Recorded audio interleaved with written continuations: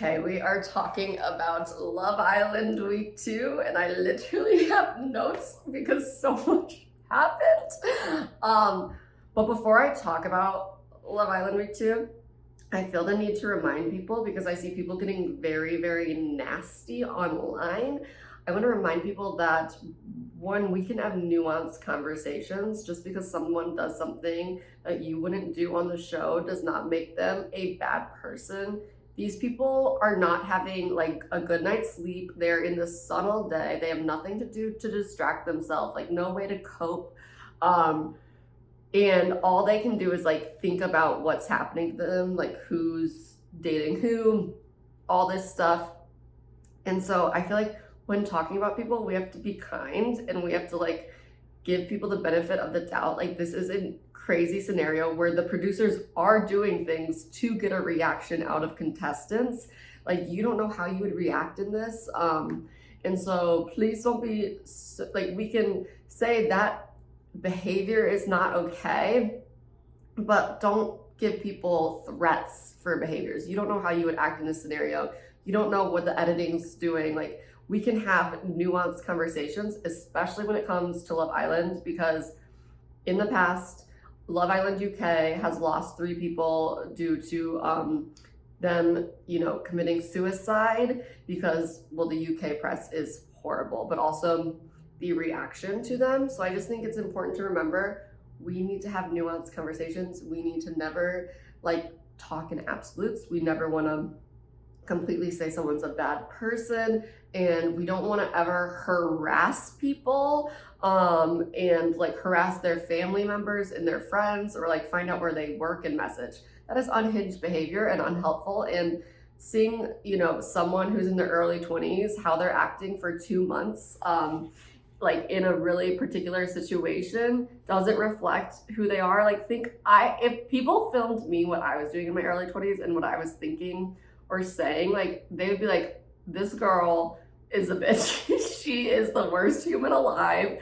Like I think about my sorority DG skit in college. I went to Mizzou and I was in charge of the skit, and I ran that shit like the military. Nothing else mattered to me because like all my importance and all my thoughts were on that. And like if someone didn't show up for a rehearsal for a sorority skit competition, I was like, how dare you?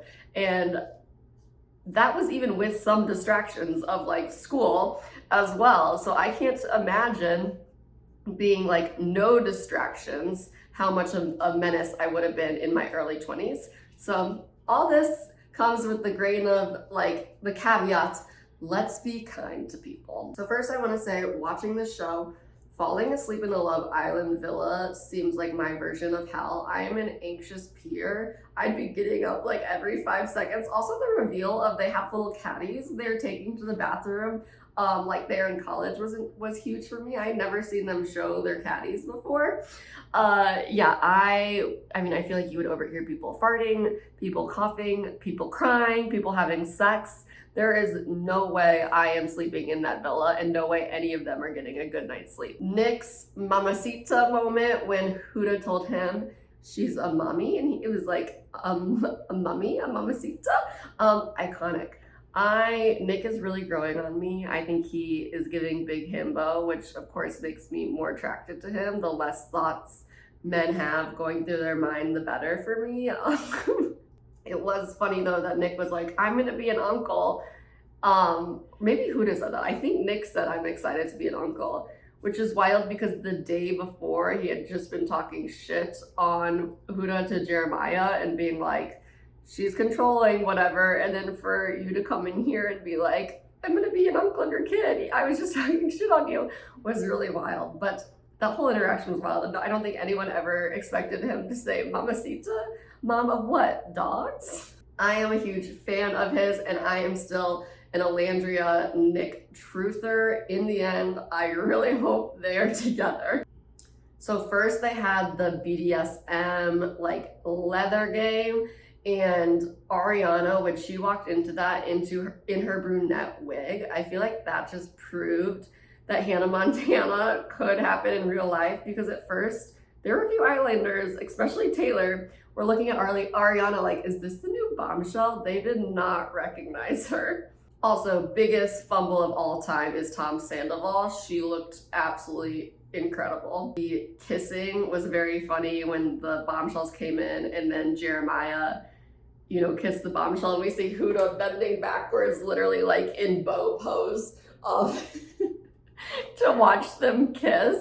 That was peak TV. I feel like a lot of memes need to come from that. But also, we can't discount that Jeremiah, when Huda was kissing someone, was also peeping through the little cross and checking in on what she was doing. So the peeping was going both ways. So then we had the reveal of the vote. I am guilty. I voted for Jeremiah to match up with Iris. It felt like when I would be bored playing Sims and would just do things to mess with them.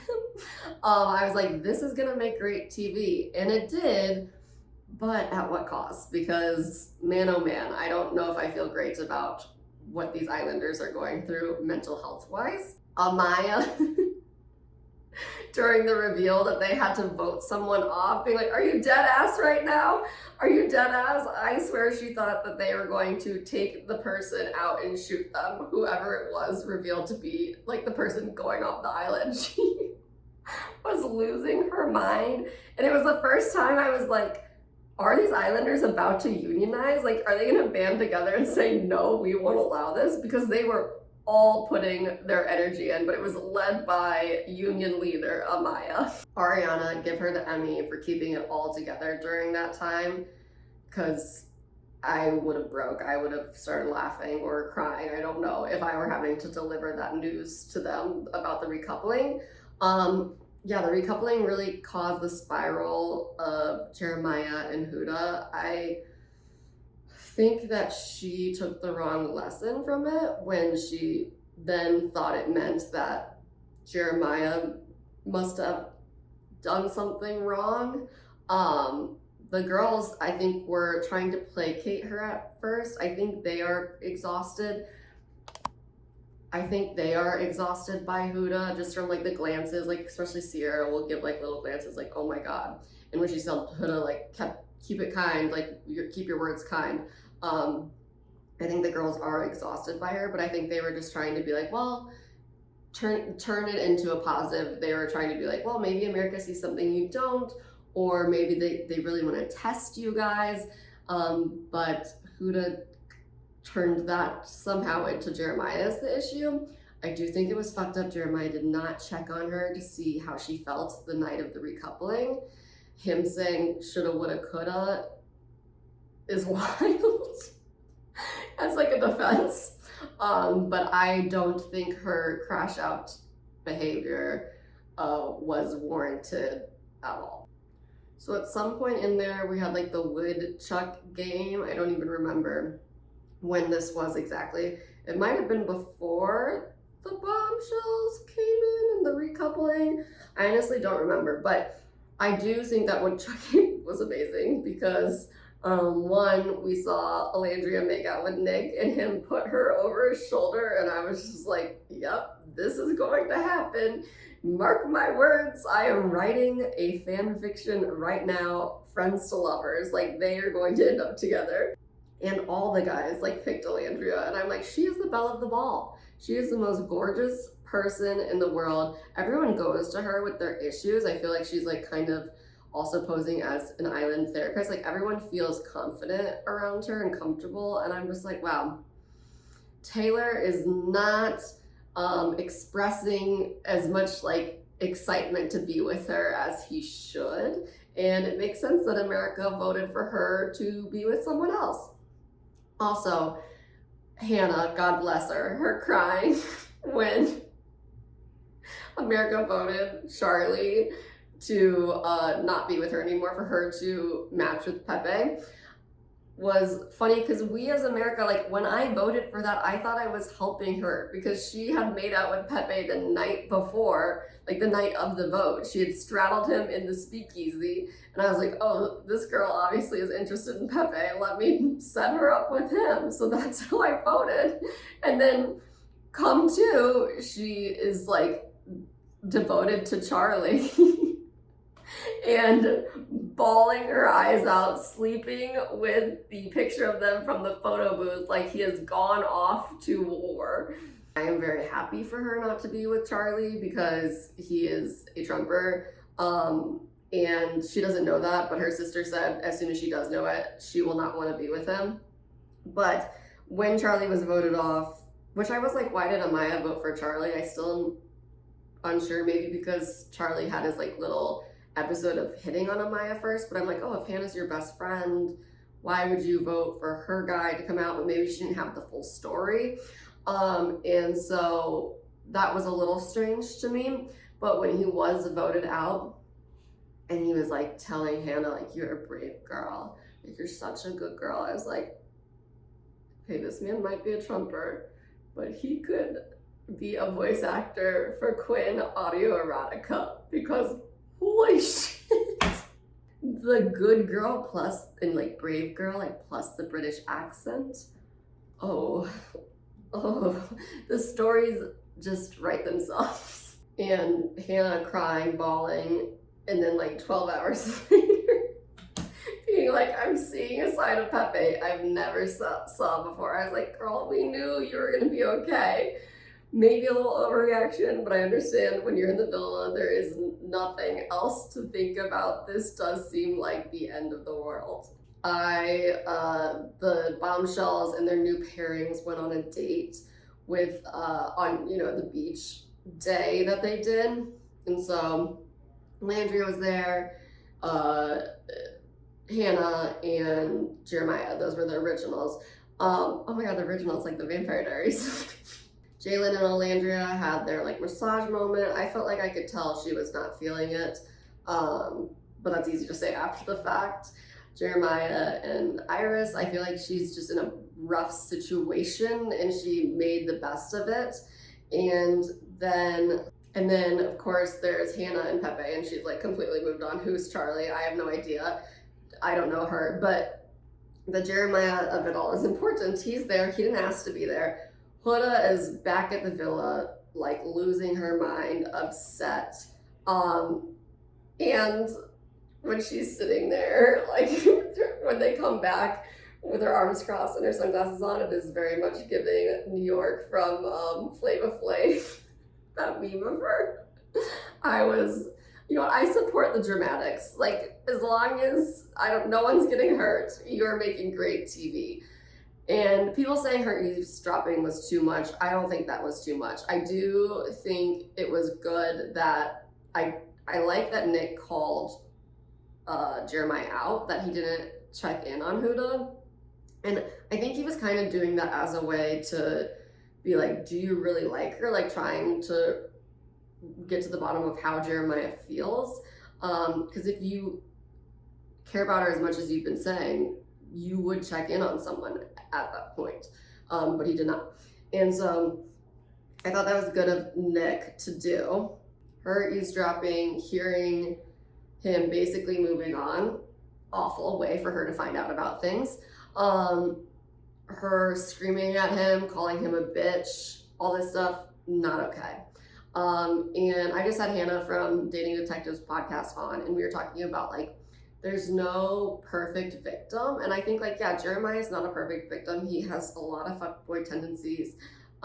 He's not always handling things right, not communicating correctly. I think he did some stonewalling last week when, he and Huda weren't like seeing eye to eye. No one deserves to be screamed at the way Huda screamed at him. Iris doesn't deserve to be put in the middle of all of that. It was very funny when Huda was like, what was your date? And Iris was like, oh, we sat on the beach. And Huda was like, my dream date. Like, I feel like Iris could have been like, we collected trash. Huda would have been like, my dream date. The victim mentality was strong there. And I don't like how when she went to Speakeasy with Jeremiah, she turned it back around and made herself the victim, and was blaming him for her behavior. Like, that is a manipulation tactic. We don't blame other people for our own behavior. We are in control of ourselves. Even if you have separate issues, you don't like how Jeremiah addressed certain things, which he did come there to apologize. We do not manipulate in that way. And again, using that language and yelling is not okay. And I hope she gets the help she needs when she comes out of the villa. I'm very nervous for her because of the vitriol I've been seeing. I think again, we have to give her grace and know that this is a very particular situation where producers are getting involved in manipulating emotions. And even Ace saying like, which not an Ace stand, but even Ace saying like, I don't know what happened to you, like to make you like approach relationships like this or whatever he said exactly. Like, I think that's true. She's obviously, this is all coming from a very hurt place. So I hope she has a good support system coming out. And I hope we as like watchers are like easy to forgive, ready to like let her learn. Like the whole thing about being human is you can grow. Like there's no canceling, happening. I just hope that the vitriol like ends to her, but I see the behaviors and they're not okay, but I am, as I do with any behaviors in the villa, I'm taking it all with, it's the villa. Like this is unfortunately happening for our enjoyment and entertainment, and so they're making these situations happen. I do think it was sweet. Jalen just in general was sweet, and it was sweet. It was his first time out of like the country. Very sad that I didn't think he had chemistry with Alandria. I do think Alandria deserves better than Taylor, like just someone who's more enthusiastic about her. So I was sad to see Jalen go, but I love how Alandria was like, I love a country man. And then Jalen came in, and then like that night, Taylor's outfit is him in a giant country hat. He's like, you like a country man? Okay. I'm pulling out all the stops. The hat is like 3 feet tall. I like all the new couples, like from the door challenge. Was surprised with Austin and Amaya a little bit, but also like one, Amaya's stunning. She looks like the fourth Olsen sister, but two, just get this MAGA man off my TV. Like I am wanting these women to not have to date MAGA men. But happy Amaya is still on our TVs. She's great TV. Are You Dead Ass right now will go like in history of one of the best reality TV phrases. Yeah, so glad she's still here. The Iris Jeremiah repairing, I think something needed to change because he and Huda are just toxic together. It's a really rough way for that to happen to Huda, like for her door not to open, but man, I think that something's gotta give. It's gotta change, and hopefully, I don't think he's pursuing Iris. Maybe he is, and that's okay, but hopefully if he does, or he pursues other connections, I hope either someone new comes in that Huda can hook up with, or like, well, either Huda or Jeremiah might have to leave the villa because this is getting to be too much. And I feel like it is also like infiltrating on other Islanders' experiences. Like they're having trouble having fun. They couldn't come back from their date and be excited because Huda was like mad and turned it into like her and her issues and her problems. So those are my thoughts. I'm sure I missed certain things. Comment what you thought below. I will be here every week because god damn it, I love Love Island.